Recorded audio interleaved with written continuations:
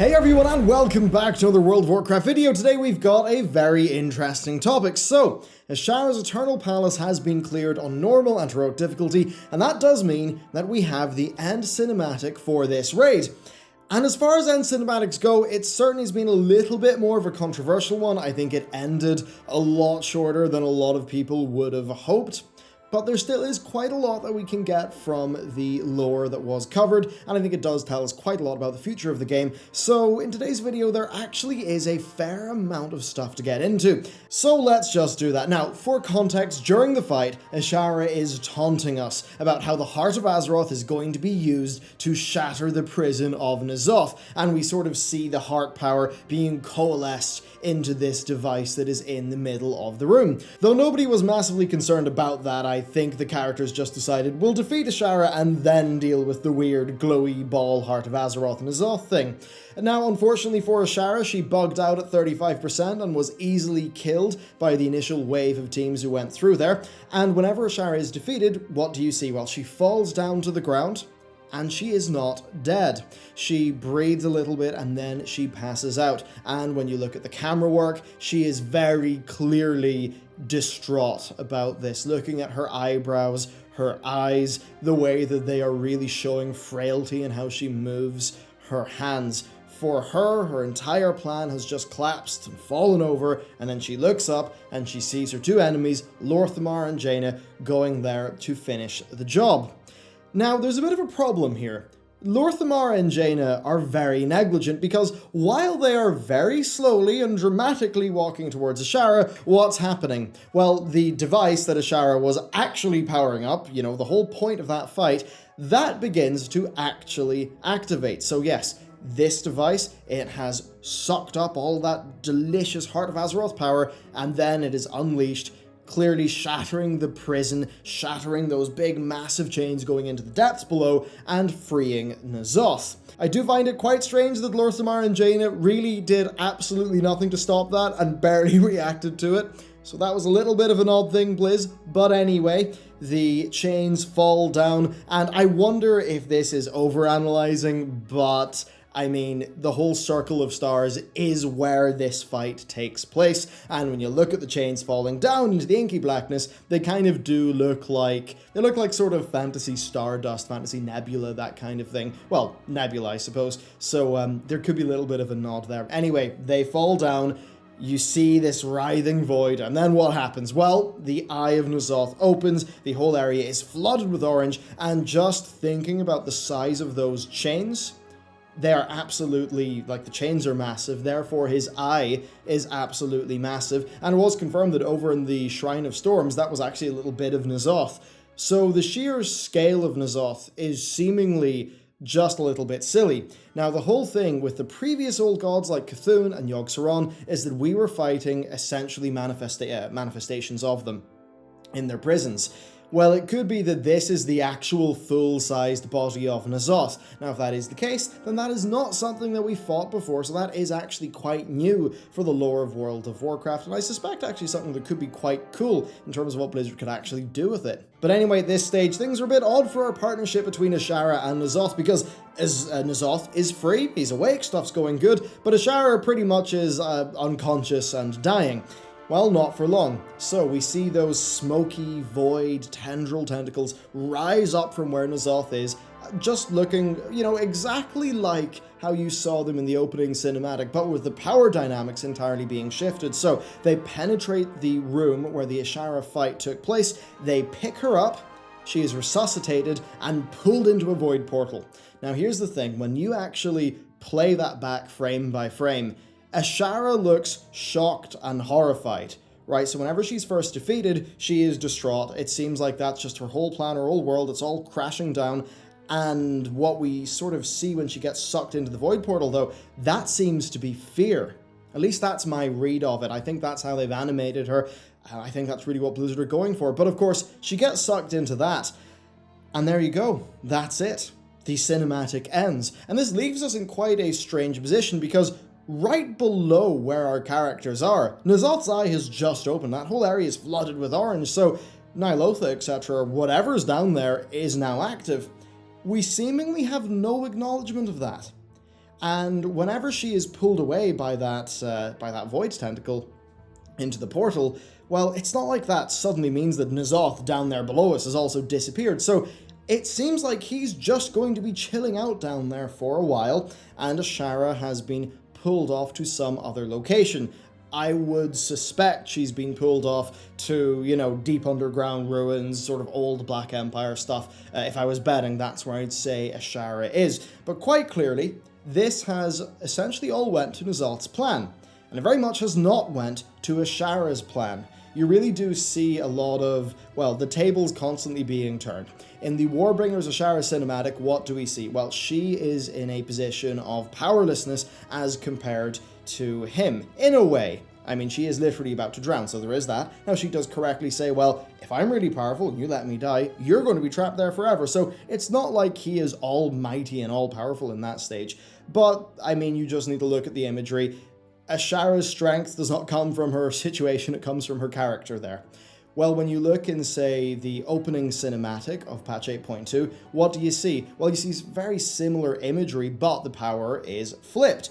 Azshara is taunting N'Zoth for being, you know, all locked up and stuffed away in a little box down there below, while she is powerful and she is enacting her plan. And what do we see here? Well, again, the exact opposite, with that big smoky black tendril coming up, but this time N'Zoth is not in a position of weakness, she is, and essentially she has been played. And all of this is quite interesting when you think about what the alliance between those characters really is supposed to be and what N'Zoth's actually been planning this entire time. Because if players are defeated by Azshara in the raid, she says, oh, N'Zoth was wrong, you're not worthy. Now, what is that referring to? That is referring to the Crucible of Storms. The Crucible of Storms overtly is a test. It's a test set up by N'Zoth. Now, clearly Azshara thinks that he is testing us for some other purpose. But as you see in this raid, what N'Zoth is actually testing us for is whether we are able to seemingly defeat Azshara. Because it's obviously N'Zoth's plan for Azshara to essentially, you know, get us into the right place, zoop our Heart of Azeroth into the thing, and then essentially be disposed with when she is no longer needed.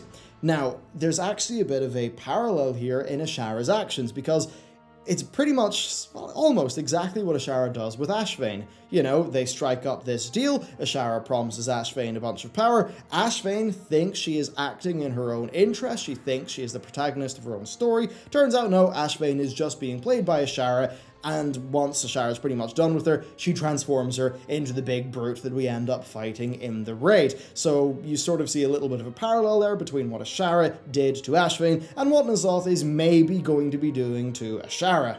Now, of course, this whole thing is really a little bit convoluted. It is, I mean, I think it's set up as a mystery box. We're still not really sure what N'Zoth was testing us for.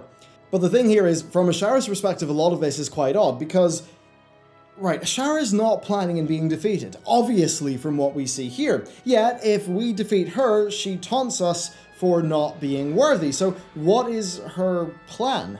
Is her plan to prove his test wrong? She at one point does pretty much say you're trapped as I am during the raid, so is she maybe quite aware of what's going on with the N'Zoth situation? And maybe she is trying to seize some power and ultimately betray him, but it turns out N'Zoth was right, we were powerful enough to defeat her, thus robbing her of the chance to double-cross him, meaning that he can zoop his tentacle up, pull her through the void portal, and then I presume he's going to turn her into a Grommash Hellscream type character. Pretty much. I think, or, you know, like with Ashvane even, I think he's going to try to do some stuff to, you know, turn her into some sort of crazy void monstrosity, but that I think she will ultimately end up siding with us and being a morally grey character. I think that's pretty much what's going to happen for the future. But anyway, N'Zoth's plan here is pretty darn clear. So what does he do? He tests us to find out that we are powerful enough to defeat Azshara. He pretty much knows that, like, his entire goal with Azshara, right, and what he establishes in Warbringers is, hey, let's ally together, you will break me out of my prison, we'll rule together. Well, you know, he tests that we are powerful enough to defeat her, he knows that we will defeat her if given the chance. So from his perspective, he obviously knows, okay, if I can get those players to defeat Azshara, but also get Azshara to free me at the same time, then I'm just going to get a whole bunch of birds killed with one stone. So that's his overall plan. What does he do? Well, he puts the Black Blade of the Empire into Sylvanas' hands. She gives that to Ny'lotha. The Black Blade is then used to pretty much lure everyone into Nazjatar. Sylvanas, to a degree, is seemingly in this, or knows that something big is going to go down.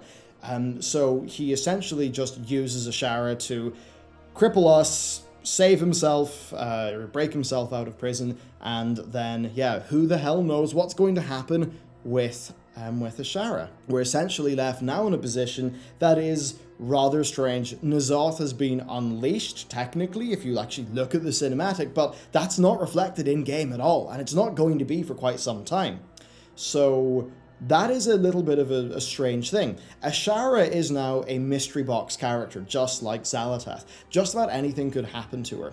From the perspective of Azshara, she's going to be a bit pissed off at us for defeating her. She's going to be very pissed off at N'Zoth for massively double-crossing her, and that does make me think that we are going to get a Grommash Hellscream-like scenario, as I mentioned earlier, where perhaps in patch 8.3 we will side with Azshara, or, you know, she'll side with us, and maybe she'll die getting rid of him, maybe she'll redeem herself, maybe something will happen between her and Sylvanas that takes Sylvanas out of the Horde. There's actually quite a few things that could happen. And really, I think that's the point. I think that is exactly where Blizzard wanted to leave us. They quite clearly did not want to do a Tomb of Sargeras, where we flat out know where the next patch is.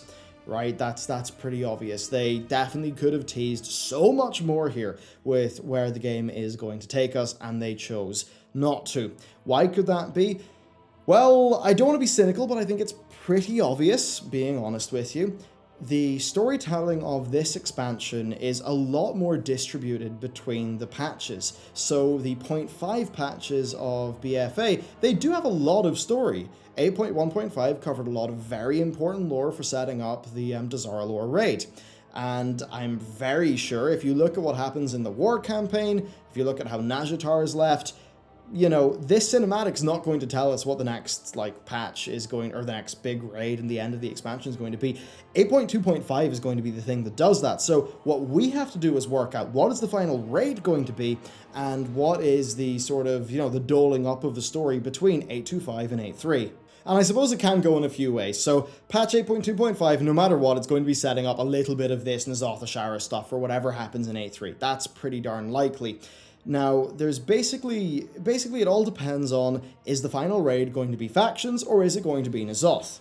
Because if the final raid is going to be factions, then they would be saving N'Zoth and Azshara for the 9.0 expansion or for 10.0, and yeah, 8.3 would be something, I assume, to do with the big rebellion that's been brewing and everyone coming together to boot out Sylvanas. Although, obviously, that would be bringing in a lot of the life versus death stuff and the other themes that have been seeping into the Warcraft universe over the last while. And if that's going to be the final raid, then 8.2.5 is probably going to be setting that up and wrapping up our, you know, story for now with N'Zoth and Azshara. However, if N'Zoth is going to be the final villain of patch 8.3, then it's pretty darn clear that patch 8.2.5 is going to have to focus on dealing with the faction narrative, the burning of Thunderbluff, whatever's going to happen there, all of the things that we've talked about in my previous cinematic lore breakdown videos. So that's essentially what I think is going to happen. Ian Hazzikostas, of course the game director of World of Warcraft, did say that this patch would pretty much tell us what is going on for the, you know, the final boss of this expansion. And that does mean that if you're going to read this patch, like, if you're going to read it and I think talk about what's obvious, yeah, N'Zoth has just woken up.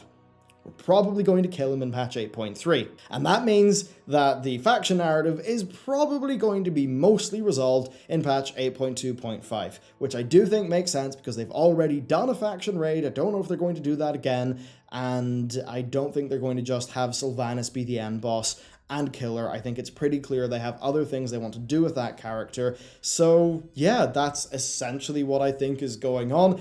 If you think about N'Zoth now, we are pretty pissed off with him, obviously.